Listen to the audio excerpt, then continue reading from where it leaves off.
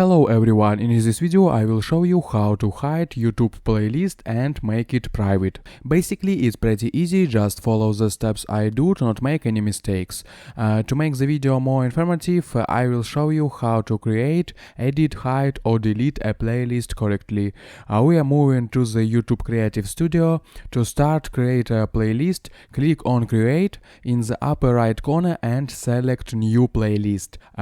Here we can specify the name and description of our playlist as well as to whom it will be available. Let's fill it in for an example and select public. Congratulations, you have created a playlist. Go to content, then playlists.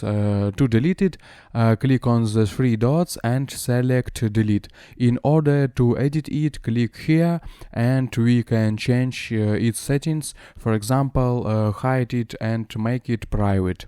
In order to add a video to the playlist, go back to the content and select the video, go to its settings, and under the description you can add this video to any playlist you created. That's how easy it is.